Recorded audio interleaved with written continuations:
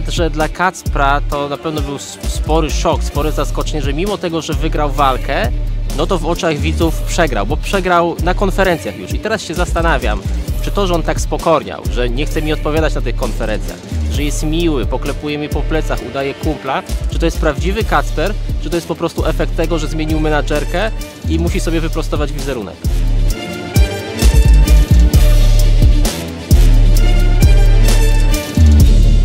Myślę, że na Kacprze ciąży teraz większa presja. Kiepsko to będzie wyglądało, jeżeli od krasnoludka dostanie bęcki.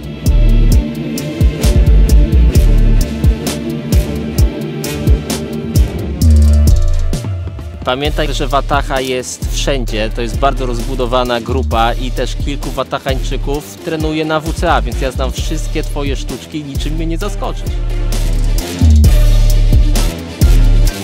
Sylwuś, kto wilka się boi, ten do lasu nie wchodzi.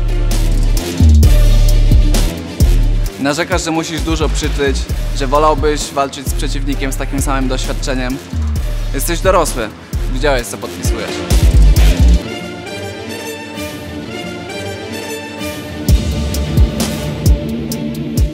Podobno presja leży po mojej stronie, bo mogę przegrać z krasnoludem.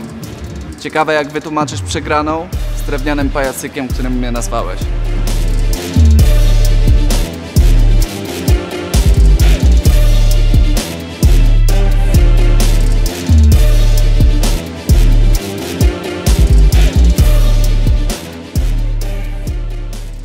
Jeżeli obejrzeliście zapowiedź do końca i uważacie, że wygram tę walkę, to piszcie Wataha w komentarzach.